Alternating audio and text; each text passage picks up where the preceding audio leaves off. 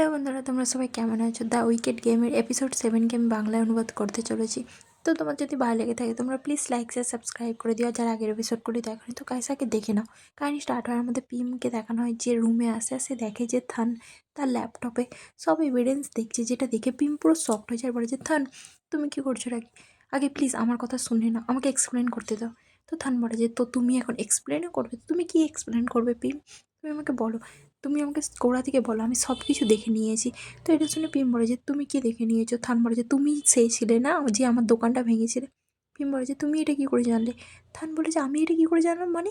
তুমি সব কিছু করেছো আর তুমি সব কিছু দোষ চ্যাটের উপরে দিয়ে দিয়েছো। আমি তোমাকে আমার দোকান ভাঙার জন্য ক্ষমা করেও দিতাম, বাট তুমি যেই কাজটা করেছো এইটার জন্য আমি ক্ষমা করবো না। তুমি মানুষকে মেরেছো পিম। তো পিম থেকে বলে যে আমি মারিনি কাউকে, থান প্লিজ আমার উপরে বিশ্বাস করো, আমি সিরিয়াসলি কারো মার্ডার করিনি। তুমি আমাকে ভুল ভাবছো, এই সব কিছু রিসা করেছে। আর জোসানের ব্যাপারটা, ওটাও আমি মারিনি। ওই মহিলাটা পাগল ছিল আর যে এসে জোসানের উপরে অ্যাটাক করেছিল, তুমি আমাকে মিসআন্ডারস্ট্যান্ড করছো। এটা শুনে থানবার যে পিম, তুমি আমাকে এই ভিডিওগুলো দেখার পরেও বলছো যে ওয়াতের ভিডিওটা কী করে এর মধ্যে আসলো? হ্যাঁ, তুমি আমাকে এই ব্যাপারটা কী করে এক্সপ্লেন করবে? হয়ে গেছো, তুমি এটা কিছুতেই করতে পারো না। তো আমি তোমাকে এটা করতে দেবো না। তখন স্বপ্ন থেকে উঠো, তুমি কি ভেবেছো তুমি কোনো হিরো হবে নাকি যে যে রিপোর্ট করবে আর তুমি হিরো হয়ে যাবে? কাম অন, এবার তোমার টাইম হয়ে গেছে, নিজের রিয়ালিটিটাকে ফেস করো। তুমি কি ভুলে গেছো? তুমি জানো পয়সা ছাড়া এই দুনিয়ায় কিচ্ছু হয় না, পাওয়ার ছাড়া এই দুনিয়ায় কিচ্ছু হয় না।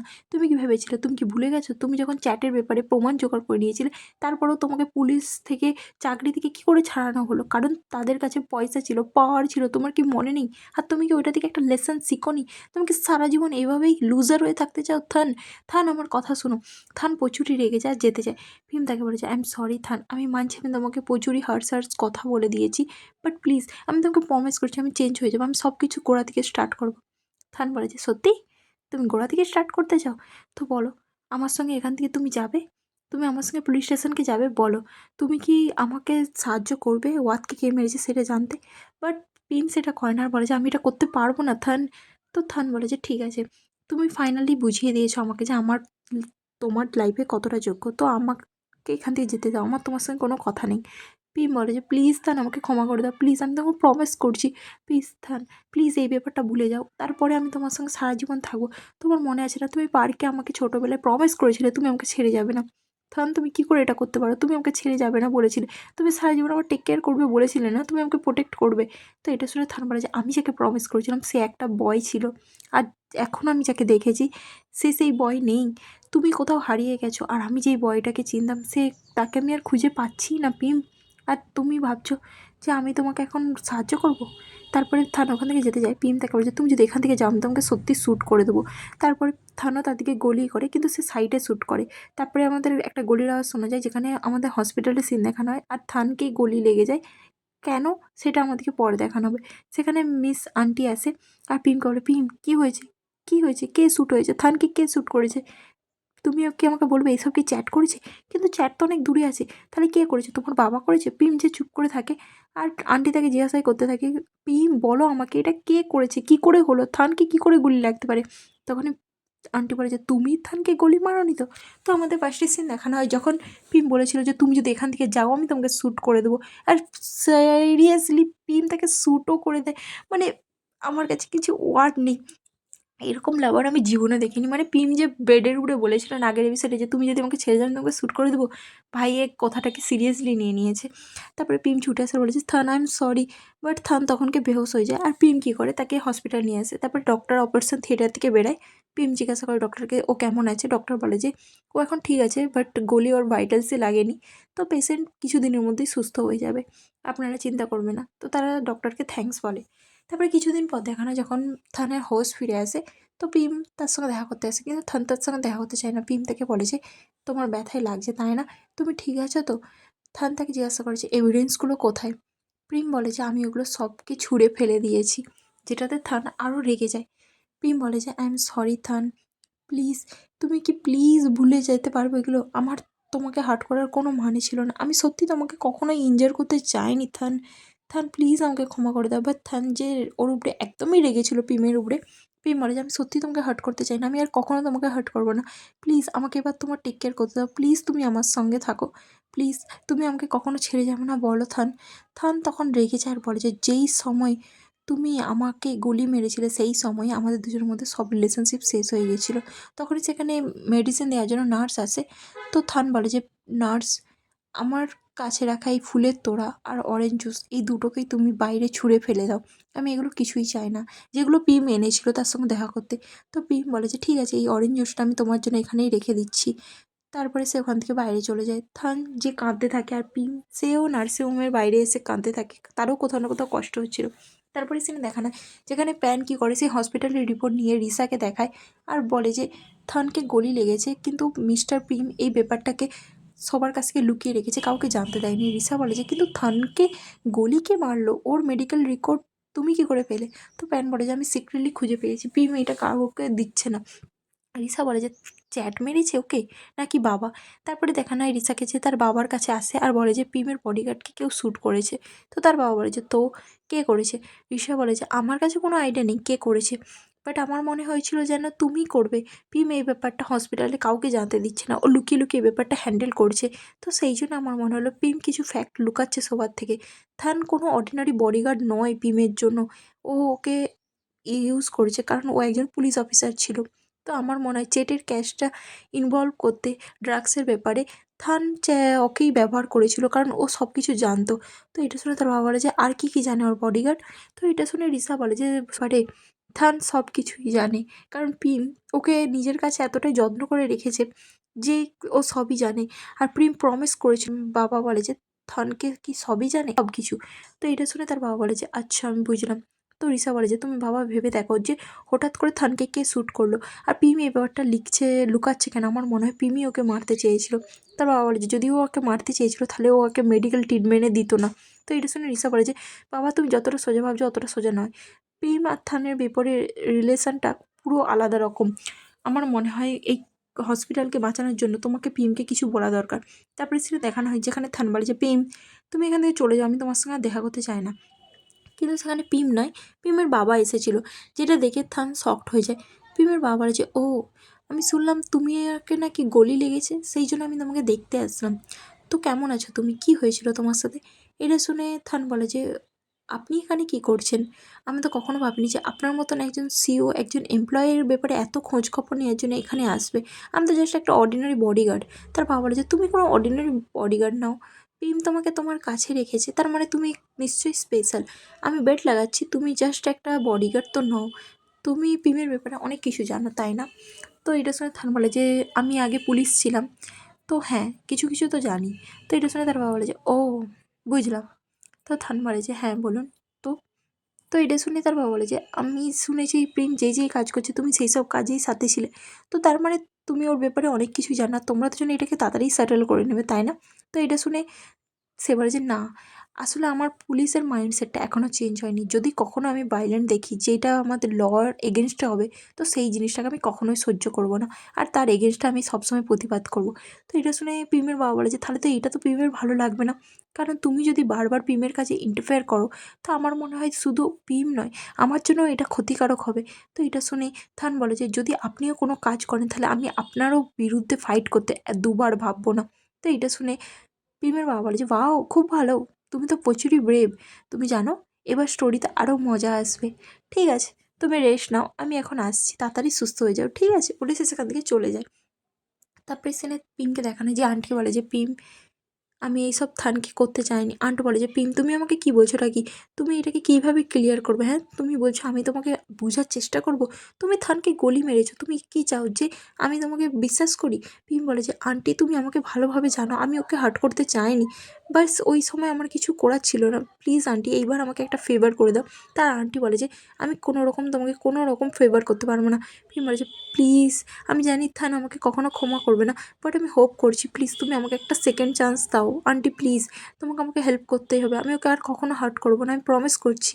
তারপরে সিন চেঞ্জ হয় আর আমাদের পিমকে বাবাকে দেখানো হয় যে তার ওয়েল কেয়ার সেন্টারের প্রজেক্টটা দেখছিল, যেখানে পিম আসে আর তার বাবার যে তুমি দেখেছো এই প্রজেক্টটা হচ্ছে আমাদের ফিউচারের এম্পায়ারের প্রজেক্ট। আর এটা শুনে পিম বলে যে হ্যাঁ বাবা আমি আমার বেস্ট করবো এই প্রজেক্টটাকে দান করানোর জন্য। তো তার বাবা বলে যে আমি তোমাকে বিশ্বাস করি, তুমি এটাকে প্রচুর গ্রেট হাইটসে নিয়ে যাবে। আর হ্যাঁ শুনলাম তোমার বডিগার্ডের নাকি শ্যুট হয়েছে, তো তো এটা শুনে রিসা বলে যে আমি জানি না, হসপিটাল থেকে বাবা জানতে পারলো। তো পিম রিসার দিকে তাকিয়ে থাকে, কারণ ওর বাবা কী করে জানলো, এটা রিসাই বলেছে, সে বুঝতেই পারে। তো তার বাবা বলে যে কে বলেছে সেটা ইম্পর্টেন্ট জিনিস নয়, সবচেয়ে ইম্পর্টেন্ট জিনিস হচ্ছে কী হয়েছে তোমার বডিগার্ডের সঙ্গে, এটা কেন হলো। তো পিম বলে যে এটা জাস্ট একটা স্মল অ্যাক্সিডেন্ট ছিল বাবা, এটা নিয়ে বেশি ভেবো না। তো তার বাবা বলে যে ওই ছেলেটা যার শ্যুট হয়েছে সে তোমাকে হেল্প করছিল না তোমার ভাইয়ের কেসে সব কিছু খুঁজে আনতে, অ্যাকচুয়ালি ও আমাদের হসপিটালের ব্যাপারে অনেক কিছুই জানে। তো এটা শুনে পিম বলে যে না বাবা, ও আমাদের হসপিটালের ব্যাপারে অত কিছু জানে না, তো তুমি চিন্তা করো না, কিছুই হবে না। কিন্তু তার বাবা বলে যে পিম, তুমি জানো যে আমি তোমার উপরে বিশ্বাস করছি, বাট তুমি কি এই জিনিসটা জানো, কখনো কখনো ভালোবাসা আমার থেকে উইক করে দিতে পারে। তো তুমি যদি সাকসেসর হতে চাও আমার এই তো সেই জন্য আমি বলছি তোমার রাস্তায় যেই জিনিসগুলো আসছে, যেগুলো তোমাকে উইক বানাচ্ছে, সেইগুলোকে তোমাকে দূরে সরাতেই হবে। আর এইটাই হচ্ছে তোমার লাস্ট স্টেপ, তোমার এইটাই লাস্ট পরীক্ষা, দেখবো তুমি নিজেকে প্রুভ করতে পারো কি না, তুমি ডিজার্ভ করো কি না আমার সাকসেসর হওয়ার জন্য। এই পরীক্ষায় যদি তুমি উত্তীর্ণ হয়ে যাও তাহলে তুমি আমার সাকসেসর হবেই হবে। তো এটা শুনে পিম বলে যে ঠিক আছে বাবা, আমি তোমার কথা মতনই সব কাজ করব। এটা শুনে তার বাবা খুশ হয়ে যায় আর তার অ্যাসিস্ট্যান্টকে বলে দেয় যে তুমি পিমকে ফলো করো, পিম যা যা বলে সেগুলো শুনে নাও, আর ওকে সাহায্য করো, আর আমাকে সব ডিটেলসে জানাবে কী কী হচ্ছে। তারপরে সিনে দেখানো হয় যে তার বাবা ওখান থেকে চলে যায়, আর পিমকে দেখানো হয় যে কাউকে ফোন করে আর বলে যে আমার তোমার হেল্প লাগবে প্লিজ। তারপরে পিমকে দেখানো হয় যে ড্রিঙ্ক করছিল কিছুদিন পরেই। তো সেখানে তার বাবার অ্যাসিস্ট্যান্ট আসে আর বলে যে মিস্টার পিম, আমাদের ম্যানরা রেডি হয়ে গেছে। তো পিম আর সেই বডিগার্ডগুলো মিলে হসপিটালের মধ্যে যেতে থাকে থানকে মারার জন্য। তারপরে যখন তারা রুমে যায় দেখে যে থান নেই। তো পিম বলে যে তোমরা সিকিউরিটিকে বলো সব গেট ক্লোজ করতে আর চারিদিকে সার্চ করতে। তারপরে তারা চারিদিকে সার্চ করতে থাকে, যেখানে কোথাও তারা থানকে খুঁজে পাচ্ছিল না, কারণ থান সেখান থেকে লুকিয়ে গিয়েছিল। থান আগেই জেনে গিয়েছিল যে আজকে তাকে কেউ না কেউ মারতে আসছে।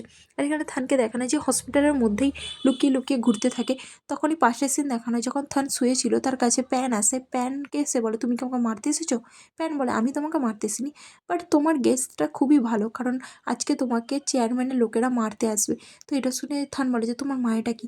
তো প্যান বলে যে আমি তোমাকে বলছি তুমি বিশ্বাস করো আর নাই করো, পিম তোমার আজকে লাইফ শেষ করবে। থান বলে যে আমি তোমার কথাই কেন বিশ্বাস করব। তো প্যান বলে যে তুমি বিশ্বাস করো আর নাই করো সেটা তোমার ব্যাপার, আমি জাস্ট বলে দিলাম। তারপরে সেখানে পিমকে দেখানো হয় যে চারিদিকে সিসিটিভি ক্যামেরা খুঁজতে থাকে, কারণ সে থ্যানকে কোথাও খুঁজে পাচ্ছিল না, সেই জন্য সে সিসিটিভির মাধ্যমে তাকে খুঁজছিল। তারপরে সিসিটিভি ক্যামেরায় সে দেখতে পায় যে থ্যান কোথাও লুকিয়ে আছে, যেটা দেখার পরে সে সেই জায়গার মধ্যে যায়। আর এখানে অ্যাসিস্ট্যান্টকে দেখানো হয় চেয়ারম্যানের, যে বারবার থ্যানকে খুঁজতে থাকে আর সেখানে একটা জায়গায় সে খুঁজেও পেয়ে যায়। তারপরে থ্যান আর তার মধ্যে একটা হাতাপাই হয়ে যায়, যেখানে থ্যান তো বডিগার্ডকে খুবই মেরে দেয়, কারণ সে তাদের হাতে একদমই আসতে চায় না। বডিগার্ড তাকে বলে যে তুমি এত কি পোটেন্ট করছো, হ্যাঁ চলো আমাদের সঙ্গে চলো, গুড বয় হয়ে যাও। কিন্তু থান যেতে চায় না, পালাতে যায়। পিম আসে আর তার পিছন ধারে মাথায় মেরে তাকে অজ্ঞান করে দেয়। তারপরে বডিগার্ড আসে আর পিম বলে যে ওকে এখান থেকে তুলে নিয়ে চলো। মানে সিরিয়াসলি আমি ভাবিনি, আমি ভেবেছিলাম পিম ওকে শ্যুট করেছে, বাট এখানে তো ওকে মার্ডারও করতে যাচ্ছে। মানে এই ড্রামাটাই আমি সিরিয়াসলি আমার বিশ্বাস হচ্ছে না।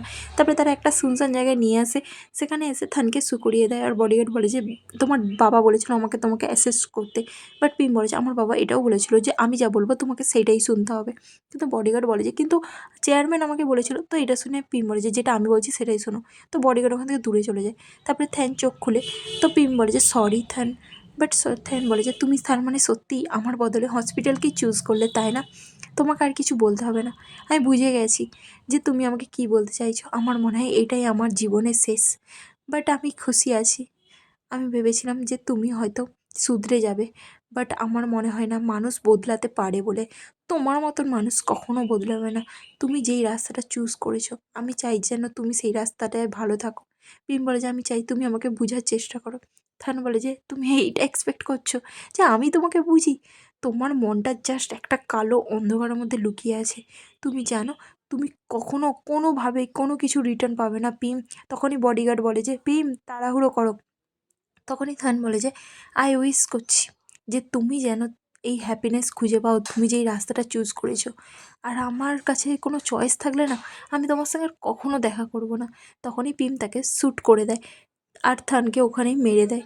আর তারপরে পিম তাদের পাস্টের কথা মনে করতে থাকে, তাদের ছোটোবেলার কাটানোর সিন। আর আমাদের এখানে দেখানো হয় যে থানকে মেরে দেওয়া হয়। আর তারপরে বডিগার্ড বলে যে মিস্টার পিম থানকে মেরে দিয়েছে চেয়ারম্যানকে ফোন করে। আর পিমের চোখ দিয়েও জল চলে আসে, কারণ যেহেতু সে তার ভালোবাসার মানুষকে শ্যুট করে এসেছে। তারপরে সেটা দেখানো হয় যে কিছুদিন বাদে চেয়ারম্যান খুব খুশি, প্রচুর বড় একটা ইন্টারভিউ রাখে, যেখানে প্রেস কনফারেন্সের মধ্যে তিনি বলেন যে তার নেক্সট হায়ার কে হবে। এমনকি আজ থেকে এই বোর্ড অফ ডিরেক্টরদের কাছে তিনি বলেন যে তার ছেলে প্রিমকে সে তার নতুন পজিশন দিতে চায়। আর প্রিম আজ থেকে এই কোম্পানির একজন ডিরেক্টরের পজিশনে রাখা হচ্ছে, তাকে ডেপুটি চিফের অফিসার হিসাবে রাখা হচ্ছে। আর এখন থেকে সেই বেশিরভাগ ডিসিশন নেবে। তারপরে সেটা দেখানো হয় যে প্রিম আস্তে আস্তে সব কাজ সামলাতে থাকে, এমনকি সে আস্তে আস্তে সব জায়গায় সবার ট্রাস্টও জিতে নেয় আর বড়ও হয়ে যায়। সে যেই স্বপ্নটা দেখছিল সেই স্বপ্নটা সে পূরণ করে নেয়, আর সে হসপিটালের মধ্যে প্রচুর বড় একটা পজিশানে চলে আসে। কিন্তু কোথাও না কোথাও প্রিমের মনের মধ্যে কোথাও না কোথাও খুব একটা খালি জায়গা রয়ে যায়, যেটা সে এখনও বুঝতে পারছিল না।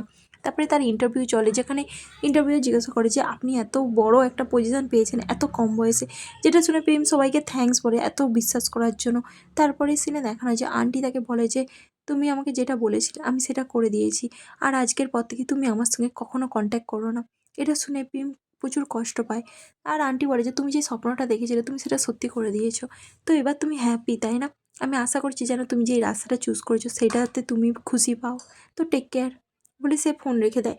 তারপরে পিমকে দেখানো যে একটা টয় দেখে থ্যানের কথা মনে করতে থাকে। থ্যান যে সেই টয়টা দেখতে ছিল আর পিম তার জন্য এটা কিনে এনেছিল, আর বলে যে স্পেশালি আমি এই শপ থেকে এইটাকে তোমার জন্য বানিয়ে এনেছি। বাট এটা শুনে থ্যান বলে যে তুমি কি বলতে চাইছো আমার বডিটা ডাইনোসরের মতন? তো পিম বলে যে হ্যাঁ, তোমার বডিটা পুরো ডাইনোসরের মতন সেই জন্যই বানিয়েছি। তো থ্যান বলে যে আমার ভালো লাগেনি, কিন্তু পিম রেগে যায়। তো থ্যান বলে যে আমি জাস্ট বলেছি যে বডিটা ভালো লাগেনি, তার মানে এটা বলিনি যে টয়টা ভালো লাগেনি। তো পিম বলে যে তুমি জানো কখনো কখনো না আমি প্রচুর ভয় পাই যে তুমি আমার উপর টায়ার্ড হয়ে যাবে আর আমাকে ছেড়ে চলে যাবে।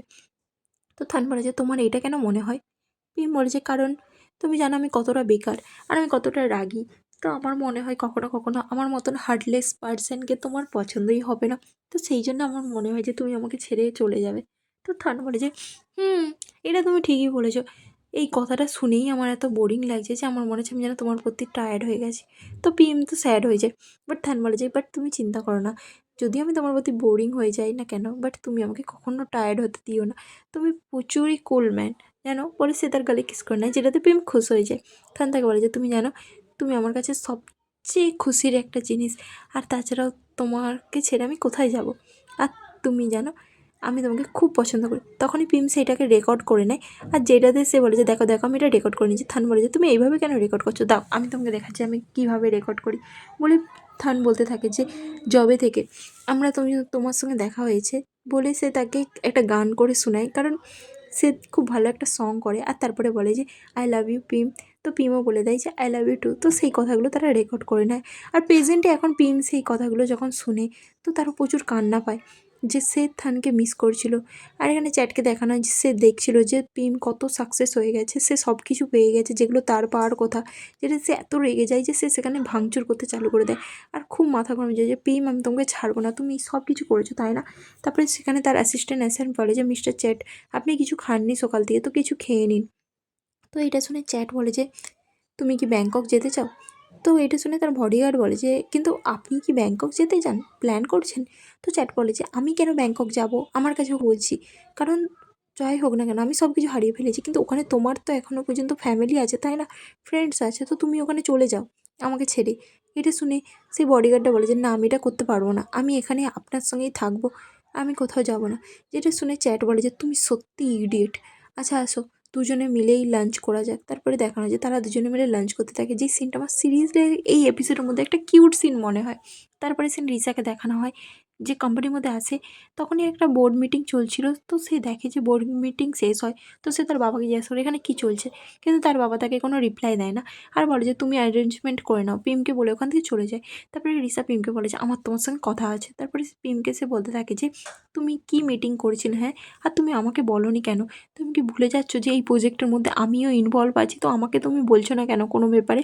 তো এটা শুনে পিম বলে যে ও হ্যাঁ, আমি তো ভুলেই গিয়েছিলাম, আমি বাবাকে বলবো যে তুমি এই প্রজেক্ট থেকে যেন বেরিয়ে যাও। জোসান মারা যাওয়ার পরে তুমি যা যা করেছিলে সেই সব কিছু তোমার এবার কমপ্লিট হয়ে গেছে। তো তুমি বুঝতে পেরেছো কেন তোমাকে এই মিটিংয়ের মধ্যে ডাকা হয়নি? চ্যাটকে যেমন আমরা ডিস্ট্রয় করেছি, সেরকম আমি তোমাকেও এখান থেকে দূরে সরিয়ে দিয়েছি। তো তুমি কি ভেবেছো তোমাকে আমি সব কিছু দিয়ে দেবো? যা হয়েছে আমার আর তোমার মাঝখানে, সেগুলো আমি সবই জানি। আর তুমি বাবাকে বলেছিলে তাই না যে থ্যানকে গুলি লেগেছে? তুমি কি ভেবেছিলে বাবাকে তুমি বলবে থ্যানকে গুলি লেগার কথা, আর বাবা আমাকে জোর করবে কিল করার কথা, তো আমি ওকে মেরে ফেলবো? তুমি আমাকে কি ভেবেছো তুমি আমাকে বিস্ময় করবে রিসা? তো এটা শুনে রিসা বলে আমি বাবাকে সব বলিনি। কিন্তু পিমর যে তুমি কি ভেবেছো আমি এতটা বোকা? তুমি তোমার লাইফে রিগ্রেট করবে। তুমি জানো তুমি আমাকে এমন একটা জিনিস করিয়েছো যেটা আমি কখনো করতে চাইনি। তুমি কি ভেবেছো আমি তোমাকে খুশি থাকতে দেবো রিসা? তো রিসা বলে যে তোমার কি মনে হয় আমি ভেবেছিলাম যে তুমি থানকে মারবে বলে? আমি জাস্ট ভেবেছিলাম যে আমি তোমার উপর রিভেঞ্জ নেবো, কিন্তু তার মানে এই নয় যে তুমি ওকে সত্যিই মেরে দিবে। তো পিঙ্ক বলে যে রিভেঞ্জ? তুমি জানো কাউকে লাইক করে তাকে মারা কতটা কষ্টের হয়? তুমি যেমন চ্যাটকে রিভেঞ্জ নিতে আমাকে সাহায্য করেছিলে, সেরকমই আমি তোমাকে বলছি আমি তো তোমাকে চ্যাটের থেকেও খারাপ অবস্থায় রাখবো, কারণ তুমি তো চ্যাটের থেকেও বেকার। তুমি জানো তুমি জাস্ট একটা ইউজলেস পার্সন রিসা।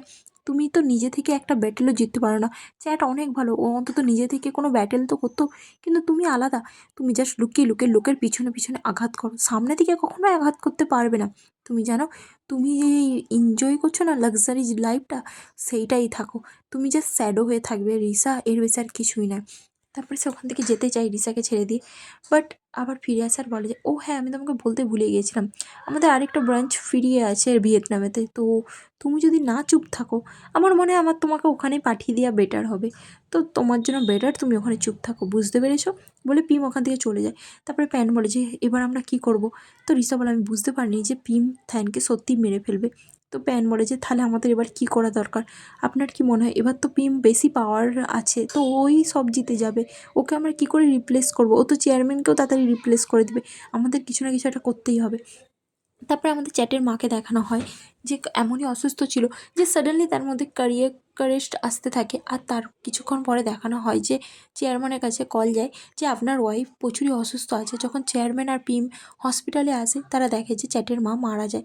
তো পিম জিজ্ঞাসা করে যে কী হলো বাবা, এরকম কেন হলো? তো তার বাবা বলে যে আমি কিছু বুঝতে পারছি না, আমি জানি না যে এরকম কেন হলো। পিম বলে যে কিন্তু আন্টির এরকম অবস্থা কী করে হলো, নার্সরা কিছু বলেছে? তার বাবা বলে যে ওনার ব্লাড প্রেশার কমে গিয়েছিল, সেই জন্য কার্ডিয়াক অ্যারেস্ট এসেছিলো। তো এটা শুনে সে শকড হয়ে যায়। তারপরে চ্যাটের বডিগার্ডের কাছেও একটা ফোন কল যায়, যেটা শুনে সে শকড হয়ে যায়। তারপরে সে চ্যাটের কাছে আসে, চ্যাট বলে যে কী ব্যাপার, কী হয়েছে, তুমি এরকম করে দাঁড়িয়ে আছে কেন?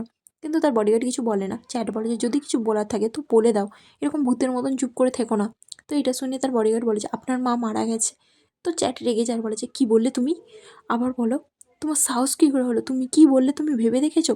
এটা শুনে বডিগার্ড বলে যে আমি যেটা শুনেছি আমি সেটাই বললাম। আমি একটা ইনফরমেশান পেয়েছি ব্যাংককে আমার কিছু লোকেদের মাধ্যমে যে আপনার মা মারা গেছে। এটা শুনে চ্যাট বলে যে আমার মা মারা গেছে আর আমাকে কেউ ফোন করেনি কেন? তো সে ফোন করতে থাকে কিন্তু কেউ ফোন রিসিভ করে না। আর আমাদের এখানে ফিউনারালের সিন দেখানো হয়, যেখানে সবাই আসে কিন্তু চ্যাটকে কেউ বলে না। তারপরে এখানে চ্যাট আসার পরে যে এই ব্যাপারটা আমাকে কেউ কেন বলেনি, তোমরা সবাই আমাকে বলোনি কেন? আমার মা মারা গেছে আর তোমরা আমাকে বলার ইম্পর্টেন্টও মনে করলে না? আমি কি এতটাও যোগ্য নয় যে আমার মা মারা গেছে সেই কথাটাও আমি জানতে পারি? তো এটা শুনে পিএম তাকে বলে যে ভাই তুমি প্লিজ কাম ডাউন হও, তোমাকে আমরা বলিনি কারণ তুমি চিন্তা করবে সেই জন্য, আর তাছাড়াও এটা হঠাৎ করে তোমার মা মারা গেছে, মানে আমাদের কিছু করার নেই। বাট চ্যাট প্রচুর রেগে যায়, বলে যে তুমি এই সব কিছুর জন্য তুমি দায়ী ভীম, তোমার জন্য এই সব কিছু হয়েছে, তুমি রিজন যে আমার মা মারা গেছে, তুমি আমার কাছ থেকে সব কিছু নিয়ে নিয়েছো, সেই জন্য তুমি আমার মাকে মেরেছো, আমার মা তোমার জন্য মারা গেছে বলে সে তাকে মারতে যায়। যেটা দেখে তার বাবা বলে যে চ্যাট তুমি কী করছোটা কি, তুমি এসব থেকে দূরে থাকো, তুমি এরকম করা বন্ধ করো, তুমি জানো তুমি আমাকে কতটা নিচু করছো? চ্যাট বলে যে বাবা আমার মা মারা গেছে আর আমি এইটাও বলতে পারবো না? তার বাবা বলে যে না তুমি বলতে পারবে না, তুমি জানো তুমি এইসবের জন্য আমাকে কতটা ছোট করছো? তো এটা শুনে চ্যাট বলে যে বাবা এক্স্যাক্টলি হচ্ছেটা কি, হ্যাঁ তুমি পিমের সাথ নিচ্ছ, হ্যাঁ আমি তোমার ছেলে, তুমি আমার সাথ নিচ্ছ না, তুমি কি আমাকে এতটাই খারাপ ভাবো? তার বাবা বলে যে হ্যাঁ ইনাফ চ্যাট, আর আমি তোমাকে কিছু বোঝাতে চাই না, তো তুমি জানো তুমি আমাকে কতটা এমব্রেস করছো? চ্যাট বলে যে আচ্ছা এবার আমি এমব্রেস করছি, বাবা তুমি ওকে ডিফেন্স করছো পিমকে? তো তার বাবা বলে যে হ্যাঁ আমি ওকে করছি বলে সে তাকে থাপ্পড় মারে। চ্যাট বলে যে আবার মারো বাবা আমাকে। তো তার বাবা বলে যে আমি পিমকে ডিফেন্স করছি বিকজ তুমি আমাকে এমব্রেস করছো, পিম আমাকে কখনো এমব্রেস করেনি, কারণ তুমি আজকে দেখো আজকে পিম কোথায় আছে আর তুমি কোথায় আছো, পিম কতটা সাকসেসফুল হয়েছে আর তুমি তোমার মায়ের সাহায্য ছাড়া কিছুই না। তুমি কি ভেবেছো তোমার মা তো বিজনের মধ্যে ছিল সেই জন্য তুমি সাহায্য পেতে, এখন বলো এখন তো তোমার মা মারাও গেছে, তো এবার তুমি কি করবে? তুমি জাস্ট একটা ইউজলেস পারসন, তোমার মা ছাড়া তুমি আর কিছুই ছিলে না, আর এখন তো আরও কিছু থাকবে না। চলে যাও এখান থেকে, তুমি জাস্ট আমার ওয়েস্ট অফ মানি হচ্ছ, এর বেশি আর কিছুই না। আর হ্যাঁ, কখনো এখানে ফিরে এসো না, আমাকে ট্রাভেল ক্রিয়েট করো না, এখান থেকে চলে যাও। নেক্সট বার যদি তুমি এখানে এসে স্ক্যাম করার চেষ্টা করো, তাহলে আমি তোমাকে ছাড়বো না। তো এটা শুনে পিমও বলে যে ড্যাড তুমি কাম ডাউন হও। তারপরে পিম তার মায়ের কাছে আসে আর তার মায়ের গিভার্ডে এসে বলে যে মা, তুমি জানো আজকে আন্টি মারা গেছে, আর আমি হসপিটালে এখন প্রচুর বড় পজিশানে চলে এসেছি। আমি চাই যে তুমি যেন এগুলো দেখো, যার জন্য তুমি সব কিছু হারিয়েছিলে সেই মহিলাটাও আজকে মারা গেল। যেই হসপিটালটা যে হসপিটালটার মধ্যে আমাদের কোনো অধিকার ছিল না, আজকে সেই হসপিটালটা আমি নিয়ে নিয়েছি। আর তুমি জানো, আজকে বাবা যখন আমার দিকে তাকাচ্ছিল সেটা সত্যিই আলাদা রকম ছিল। তুমি দেখলে তুমি প্রচুর খুশি হতে যে আমি আজকে সব কিছু হাসিল করে নিয়েছি, সব কিছু আমার হয়ে গেছে। কিন্তু মা, কোথাও না কোথাও আমার কেন মনে হচ্ছে যে আমি খুশি নেই। আজকে আমার কাছে সব কিছু আছে, তাও আমি কেন খুশি হতে পারছি না মা? আমি বুঝতে পারছি না। আমি তো কিছুই বুঝতে পারছি না। আমার কেন খুশি মনে হচ্ছে না? মনে হচ্ছে যেন ভিতর থেকে আমি কোথাও না কোথাও খালি হয়ে আছি। আমার মনে হচ্ছে আমি সব জিতেও হেরে গেছি মা। আমার কোথাও না কোথাও মনে হচ্ছে যে আমি সব কিছু হারিয়ে ফেলেছি। যেগুলো আমার নিজের ছিল, যেগুলোকে আমি নিজের পাশে পেতাম, যারা আমার সাইডে ছিল, তারা সবাই আজকে আমার থেকে দূরে চলে গেছে। আর কেউ আমার সাইডে নেই। আর এখানে আমাদের সিন চেঞ্জ হয়, চ্যাটকে দেখানো হয় যে তার মায়ের দুঃখে খুবই স্যাড থাকে। আর সে কষ্ট পায় আর বলে যে বাবা এরকম কেন করলো আমার সাথে মা? বাবা এরকম কী করে করতে পারে? ওই পিমকে সব কিছু কী করে দিতে পারে? পিমের জন্য বাবা আমাকে দূরে সরিয়ে দিল, এমনকি হসপিটালও পিমকে দিয়ে দিল। তখনই তার বডিগার্ড আসে আর বলে যে আপনাকে আমি কিছু ফাইল দেখাতে চাই। কিন্তু চ্যাট দেখতে চায় না, আর বলে যে আমার এখন কিছু পড়ার ইচ্ছে নেই। তার বডিগার্ড বলে আপনার এই ফাইলটা দেখা উচিত, আপনি না দেখলে আপনি বুঝতে পারবেন না, আপনার মায়ের ডেথ সার্টিফিকেট। তখনই সে দেখে যে তার মাকে প্রচুর পরিমাণে কিছু মেডিসিন দিয়ে দেওয়া হয়েছিল, যার জন্য তার মায়ের শরীরে কার্ডিয়াক অ্যারেস্ট চলে এসেছিলো আর তার মা ওখানে মারা গিয়েছিল। আর এর পিছনে সাইন আর কার নয়, পিমের থাকে। যেটা দেখে তো চ্যাট রেগে যায় আর বলে যে তার মানে আমার মাকে শক দিয়ে মারা হয়েছে, আমার মাকে মার্ডার করা হয়েছে। পিম, আমি তোমাকে ছাড়বো না। তুমি আমার মাকে মেরেছো তাই না? তুমি একটা মার্ডারার হও, তোমাকে আমি কখনো ছাড়বো না, তোমাকে আমি বদলা নিয়েই ছাড়বো। আমার মাকে মারার পিছনে তোমার হাত, আর আমি তোমাকে ছেড়ে কথা বলবো না। তুমিও আমার মাকে মার্ডার করেছো পিম, আমি তোমাকে শেষ করে ফেলবো। আর এখানেই এপিসোডটা শেষ হয়েছে। আজকের জন্য এটুকুন, টাটা, বাই বাই।